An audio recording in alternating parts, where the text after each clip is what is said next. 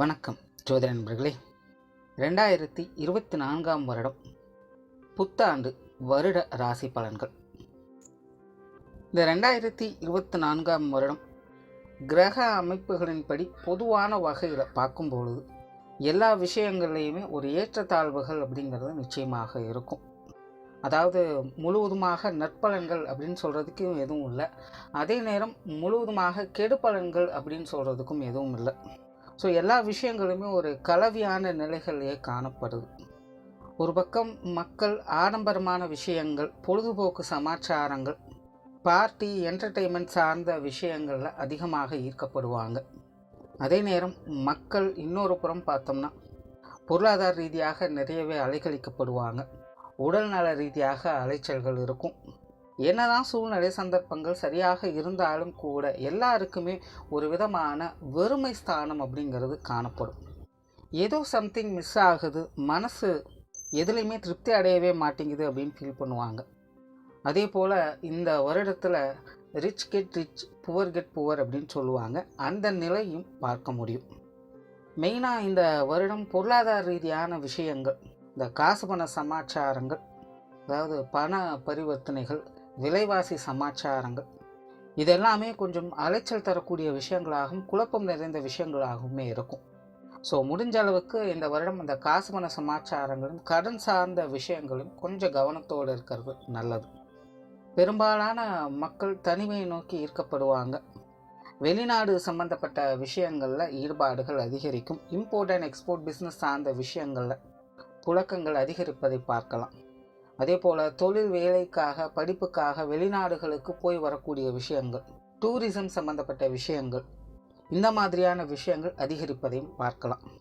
அதே போல் போதை வஸ்துக்களால் அதிகம் ஈர்க்கப்படவும் செய்வாங்க. நிறைய பேருக்கு வீண் விரயங்கள், செலவுகள் செய்யக்கூடிய தன்மைகள் ஏற்படும்.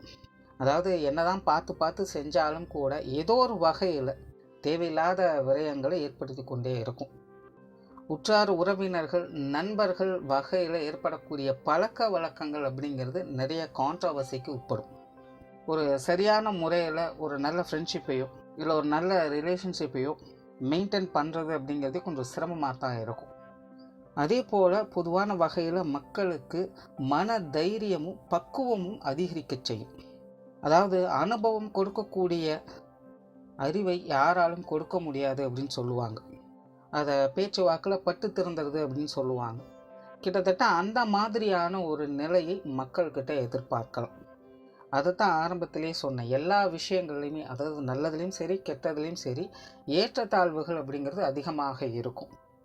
ஸோ எல்லாருக்குமே ஏதோ ஒரு வகையில் எக்ஸ்பீரியன்ஸ் கெயின் பண்ணக்கூடிய வாய்ப்புகள் அப்படிங்கிறது அதிகரிக்கும்.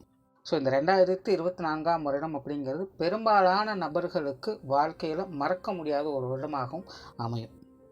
அது அவங்களுடைய ஜாதக அமைப்பின்படி நல்ல விஷயமாகவும் இருக்கலாம், அல்லது கெட்ட விஷயமாகவும் இருக்கலாம். ஏன்னா ரெண்டுமே கலந்த கலவையில் தான் இந்த வருடமே அமைஞ்சிருக்கு. ஸோ இந்த பதிவில் ராசி ரீதியாக இந்த 2024 வருடம் எப்படி இருக்குது அப்படிங்கிறத பற்றி தான் பார்க்க போகிறோம். மகர ராசி. மகர ராசிக்கு இந்த 2024 வருடம் ஒரு சாதகமான வருடமாக அமையும். மகர ராசிக்கு ஏற்கனவே 7.5 சனி அப்படிங்கிறது நடந்துக்கிட்டு இருக்கு. அதுலேயும் இந்த வருடம் பாதச்சனி ஆரம்பிக்குது. இன்னும் 2.5 வருட காலங்கள் சனியினுடைய ஆதிக்கம் முழுமையாக ராசிக்கு இருக்கும். இருந்த போதிலும் இந்த வருடம் மற்ற கிரகங்களுடைய அமைப்பு மகர ராசிக்கு சாதகமான முறையில் அமைஞ்சிருக்கு. குறிப்பாக வருட கிரகங்கள் என்று சொல்லக்கூடிய குரு மற்றும் ராகு கேதுகளுடைய அமைப்பும் ரொம்பவுமே சாதகமாக ராசி ரீதியாக அமைஞ்சிருக்கு. கடந்த 5-6 வருடங்களுக்கு மேலாக மகர ராசிக்கு மன ரீதியாக ஒரு விதமான அழுத்தம் தரக்கூடிய விஷயங்கள் தொடர்ந்து இருந்து வந்திருக்கும். இந்த வருடத்திலிருந்து இது போன்ற நிலைகளிலிருந்து விடுபட்டு மன ரீதியாக தெளிவான சிந்தனைகளை கிடைக்கப்பெற்று வருவீங்க. உங்களுடைய வாழ்க்கையில் தொடர்ந்து தடைபட்டு வந்து கொண்டிருந்த காரியங்கள் அனைத்தும் இனி துரிதமாக செயல்படுவதை பார்க்க முடியும். வேலைகளில் இருந்து வந்த அலைச்சல்கள், சோம்பல்கள் போன்ற விஷயங்கள் விலக ஆரம்பிக்கும். புத்துணர்வு போன்ற உணர்வுகளை பெற்று வருவீங்க. உங்களுடைய முயற்சிகளில் சாதகமான பலன்கள் உண்டாகும். கடினமாக உழைத்தும் கூட சரியான பலன் இல்லை அப்படின்னு வருத்தப்பட்டு கொண்டிருந்த உங்களுக்கும் இந்த வருடத்திலிருந்து உங்களுடைய உழைப்பிற்கேற்ற ஊதியத்தை நிச்சயமாக ஏதாவது ஒரு வகையில் சரி செய்ய முற்படும். பொருளாதார ரீதியாக நல்ல மாற்றங்களை ஏற்படுத்தி கொடுக்கும். கொடுக்கல் வாங்கல் விஷயங்களிலிருந்து வந்த சங்கடங்கள், கடன் பிரச்சனைகள் போன்ற விஷயங்களிலிருந்து விலகி வருவீங்க. சுய தேவைக்காக அல்லது முன்னேற்றத்திற்காக புதிதாக கடன் வாங்கக்கூடிய அமைப்புகளும் கூட உங்களுக்கு அலைச்சல் இல்லாமல் சாதகமான முறையிலே அமைந்து வரும். சுருக்கமாக சொன்னால் மகர ராசிக்கு ஏதாவது ஒரு வகையில் பொருளாதார தேவைகள் பூர்த்தி அடையக்கூடிய வருடமாகவே இந்த வருடம் அமையுது. சொத்து சுகங்கள் சார்ந்த விஷயங்களில் சாதகமான பலன்களை எதிர்பார்க்கலாம். கடந்த சில வருடங்களாகவே மகர ராசிக்கு சொத்து சுகங்கள் சார்ந்த அனைத்து விஷயங்களும் ஏதாவது ஒரு வகையில் நன்மைகளை ஏற்படுத்தி கொண்டு வரும். நிறைய பேருக்கு புதிய வாகனங்கள், வீடு மனை யோகங்கள் போன்ற விஷயங்களை உண்டாக்கி வரும். சிலருக்கு பாக பிரிவினைகள் போன்ற விஷயங்களால் ஆதாயங்களை பெற்று வந்திருப்பீங்க. இந்த வருடமும் அது போன்ற நிலைகளே தொடர்கதையாக இருக்கும்.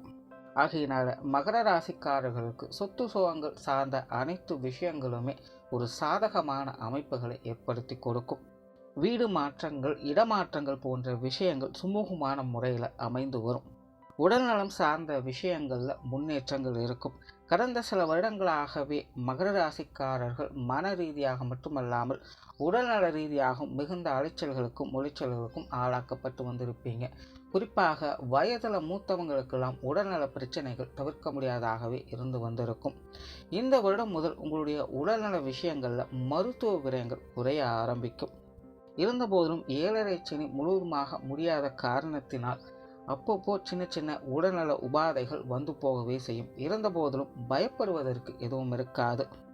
மருத்துவ விரயங்களும் உங்களுக்கு பெருமளவில் பாதிக்கவும் செய்யாது. ஆகையினால உடல்நலம் சார்ந்த விஷயங்களில் சின்ன சின்ன அலைச்சல்கள் இருந்தாலும் கூட சாதகமான அமைப்புகளையும் உடல்நல விஷயங்களில் முன்னேற்றங்களையும் பார்த்து வருவீங்க. குடும்ப விஷயங்கள், காரியங்கள் அலைச்சலோடு ஆதாயங்களை கொடுத்து வரும். சமீப காலமாகவே மகர ராசிக்கு குடும்ப விஷயங்கள், காரியங்களில் சாதகமான விஷயங்கள் இருந்து வந்தாலும் கூட மன ரீதியான சில அழுத்தம் தரக்கூடிய விஷயங்களையும் உடன் பார்த்து வந்திருப்பாங்க. குறிப்பாக குடும்ப உறவுகள் சார்ந்த விஷயங்கள், காரியங்களில் முன்னேற்றங்கள் இருக்கும். இருந்தபோதிலும் தனிப்பட்ட முறையில் எந்த ஒரு மகிழ்ச்சியும் இல்லாத அளவிற்கு ஒரு விதமான தாக்கத்தையும் ஏற்படுத்தி வந்திருக்கும். இந்த வருடம் இது போன்ற நிலைகளிலிருந்து விடுபட்டு குடும்ப உறவுகள் வகையில், குறிப்பாக பெற்றோர்கள், உடன்பிறப்புகள் சம்பந்தப்பட்ட விஷயங்கள், குழந்தைகள் சார்ந்த விஷயங்களில் மகர ராசிக்காரர்களுக்கு ஒரு சாதகமான அமைப்புகளே உண்டாகுது. இவங்க வகையில் சுப விசேஷங்கள், சுப காரியங்கள் போன்ற அமைப்புகளையும் பார்க்க முடியும். தவிர தனிப்பட்ட முறையில் மகர ராசிக்காரர்களுக்கு திருமணம் சார்ந்த விஷயங்கள் மற்றும் புத்திரபாக்கிய அமைப்புகள் மிகவும் சாதகமான முறையிலே இருக்குது. அதிலும் குறிப்பாக புத்திரபாக்கிய அமைப்புகள் மகர ராசிக்கு கூடுதல் சிறப்புகளை கொடுத்து வரும். திருமண வரன்களுக்காகவும் புத்திரபாக்கிய அமைப்பிற்காகவும் நீண்ட காலமாக காத்து கொண்டிருப்பவர்களுக்கும் தோஷ அமைப்பு கொண்ட ஜாதகங்களுக்கும் கூட சாதகமான முறையில் விஷயங்களை அமைத்து கொடுக்கக்கூடிய வகையில் கிரக அமைப்புகள் இந்த வருடம் அமைஞ்சிருக்கு. ஆகையினால மகர ராசிக்காரங்க சுப விசேஷங்களை பார்க்கக்கூடிய வருடமாக இருக்கும். கணவன் மனைவி உறவுகள் கொஞ்சம் பட்டும்படாமல் இருக்கக்கூடிய விஷயங்களே உண்டாகும். வாழ்க்கை துணையின் வகையில் குடும்ப ரீதியான விஷயங்களில் சங்கடம் இல்லாமல் பார்த்து கொள்வது நல்லது. குறிப்பாக பேச்சுவார்த்தைகளில் கவனம் தேவை. பொதுவாகவே மகர ராசிக்காரர்களுக்கு பேச்சுவார்த்தைகளில் நிதானம் தேவைப்படக்கூடிய காலகட்டமாக இருக்கும்.